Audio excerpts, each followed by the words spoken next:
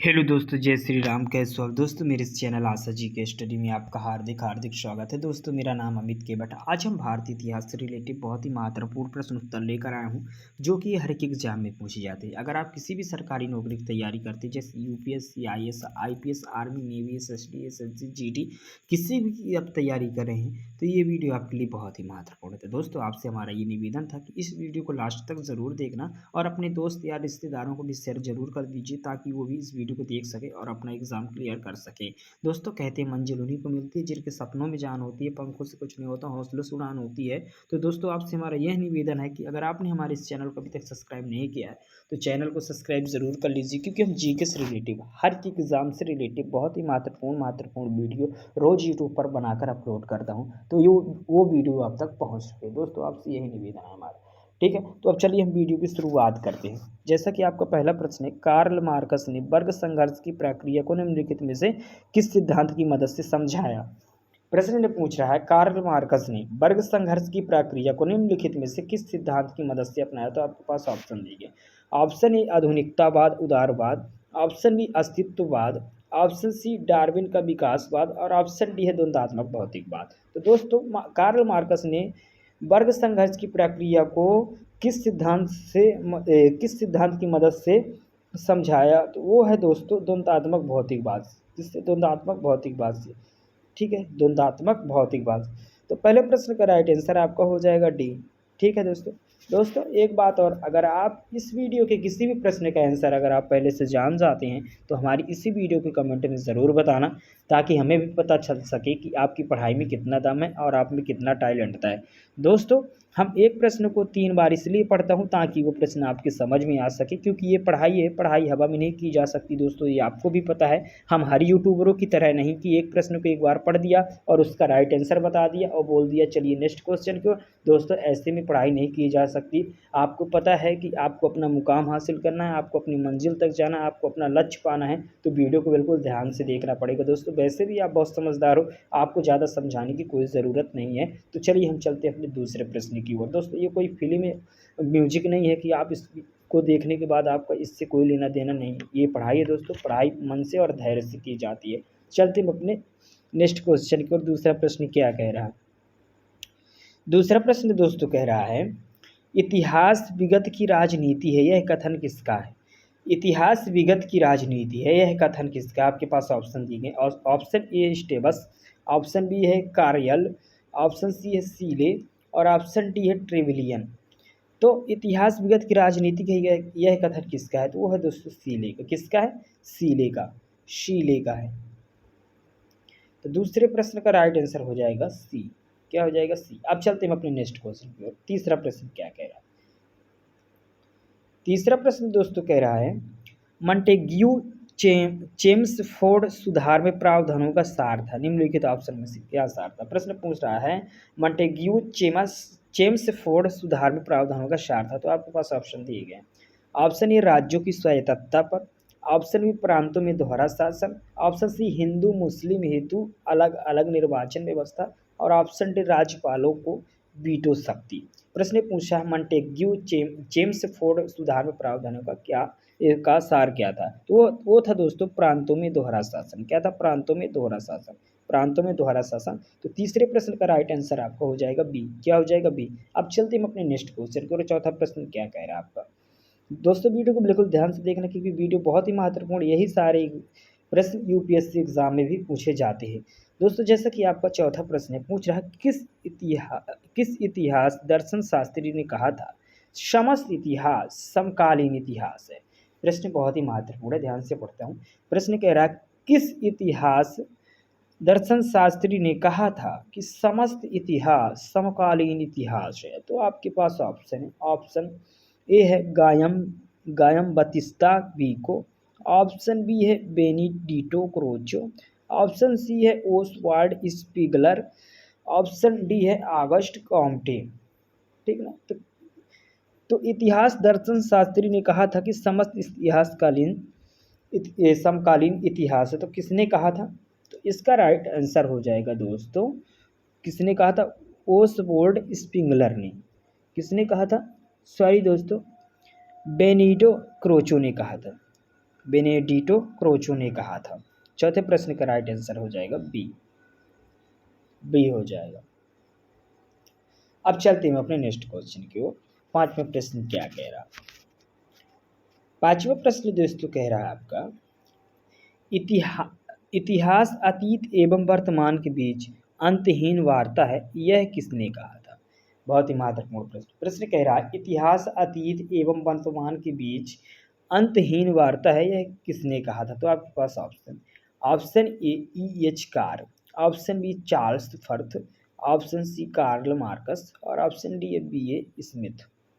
प्रश्न पूछा इतिहास अतीत एवं वर्तमान के बीच अंतहीन वार्ता है, यह कथन किसने कहा? तो दोस्तों ये कथन किसने कहा था? वो E.H. कार थे। E.H. कार कौन थे? E.H. कार। पांचवें प्रश्न का राइट आंसर आपका हो जाएगा ए। ठीक है, E.H. कार। ठीक है, अब चलते हुए अपने नेक्स्ट क्वेश्चन को। छठवां प्रश्न क्या कह रहा है? छठवां प्रश्न दोस्तों पूछ रहा है तिथियों के साथ प्रयुक्त होने वाला BC किसका संक्षिप्ताक्षर है? संक्षिप्ताक्षर। प्रश्न पूछ रहा है तिथियों के साथ प्रयुक्त होने वाला BC किसका संक्षिप्ताक्षर है?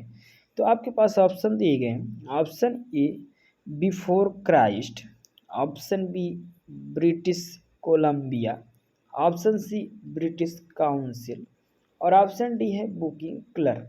प्रश्न पूछा तिथियों के साथ प्रयुक्त होने वाला BC किसका संक्षिप्ताक्षर है? तो वो दोस्तों किसका है? वो है बिफोर क्राइस्ट, बिफोर क्राइस्ट का। ठीक है, बिफोर क्राइस्ट का। तो छठवें प्रश्न का जो राइट आंसर वो हो जाएगा आपका ए। क्या हो जाएगा? Before Christ. अब चलते हैं अपने नेक्स्ट क्वेश्चन पर। सातवां प्रश्न क्या कह रहा है? सातवां प्रश्न दोस्तों कह रहा है तिथियों के साथ प्रयुक्त होने वाले AD का पूर्ण रूप होता है निम्नलिखित ऑप्शन में से।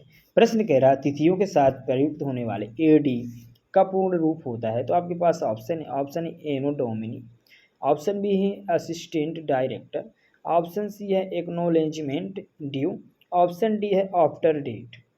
तो तिथियों के साथ जो प्रयुक्त होने वाला AD का पूर्ण रूप होता है वो होता है दोस्तों एनो डोमिनी। क्या होता है? एनो डोमिनी होता है, एनो डोमिनी।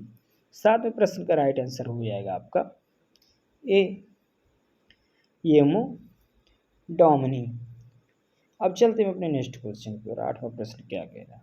दोस्तों वीडियो को बिल्कुल ध्यान से देखना क्योंकि वीडियो बहुत ही महत्वपूर्ण है। आठवां प्रश्न दोस्तों पूछ रहा है वर्ष 50 ई पूर्व किसके पहले आता है? निम्नलिखित ऑप्शन में से पूछ रहा है वर्ष 50 ईस्वी पूर्व किसके पहले आता है निम्नलिखित ऑप्शन में से। तो आपके पास ऑप्शन है ऑप्शन ए वर्ष 150 ई पूर्व के पहले आता है, ऑप्शन बी वर्ष 150 ईस्वी पूर्व के बाद आता है, ऑप्शन सी जिस वर्ष में वर्ष 150 ईस्वी पूर्व आता है, ऑप्शन डी जिस दशक में वर्ष 150 ईस्वी पूर्व आता है।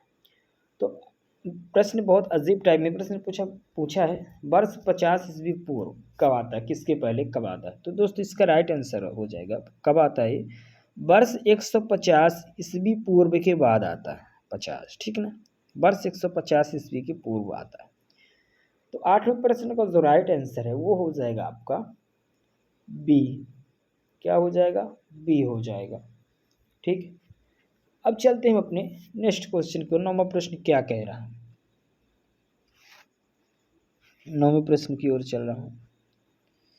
नौवां प्रश्न दोस्तों पूछ रहा है वर्ष 1015 ईस्वी किस शताब्दी में आता है? बहुत इंपॉर्टेंट प्रश्न है दोस्तों। प्रश्न पूछा है वर्ष 1015 ईस्वी किस शताब्दी में आता है। आपके पास ऑप्शन दिए गए।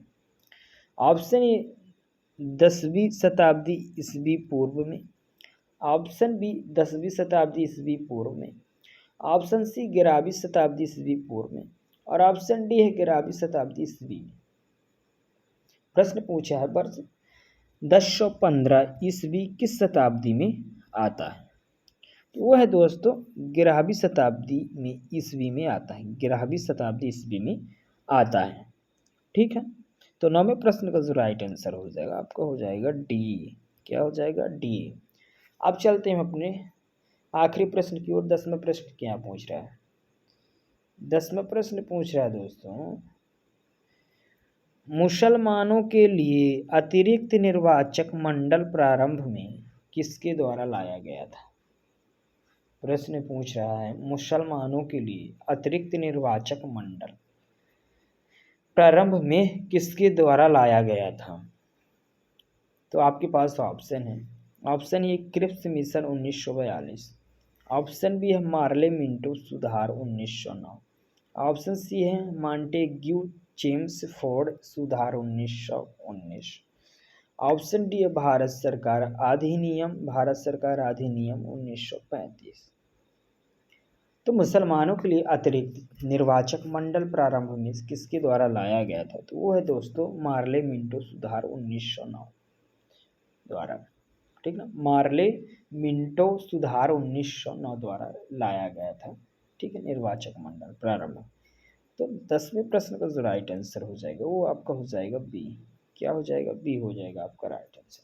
दोस्तों आपने हमारी इस वीडियो को यहाँ तक देखा, आपको दिल से धन्यवाद देता हूँ। दोस्तों ये वीडियो अपने दोस्त या रिश्तेदारों को भी शेयर ज़रूर कर दीजिए, ताकि वो भी इस वीडियो को देखकर अपनी जानकारी पाकर और एग्ज़ाम में लिख सके और पास हो सके। दोस्तों वैसे भी आप बहुत समझदार हो, आपको ज़्यादा समझाने की कोई ज़रूरत नहीं। आशा करता हूँ कि आप समझ गए होंगे। तो आप हमारी इस चैनल को अगर अभी तक सब्सक्राइब नहीं किया तो चैनल को भी सब्सक्राइब ज़रूर कर लीजिए, क्योंकि हम जीके से रिलेटेड महत्वपूर्ण वीडियो रोज़ ही बनाता हूँ, ये पहले ही बता चुका हूँ। तो चलिए दोस्तों आज के लिए इतना ही इस वीडियो। तब तक के लिए जय श्री राम, जय हिंद, वंदे मातरम। मिलता हूँ अगले वीडियो पर।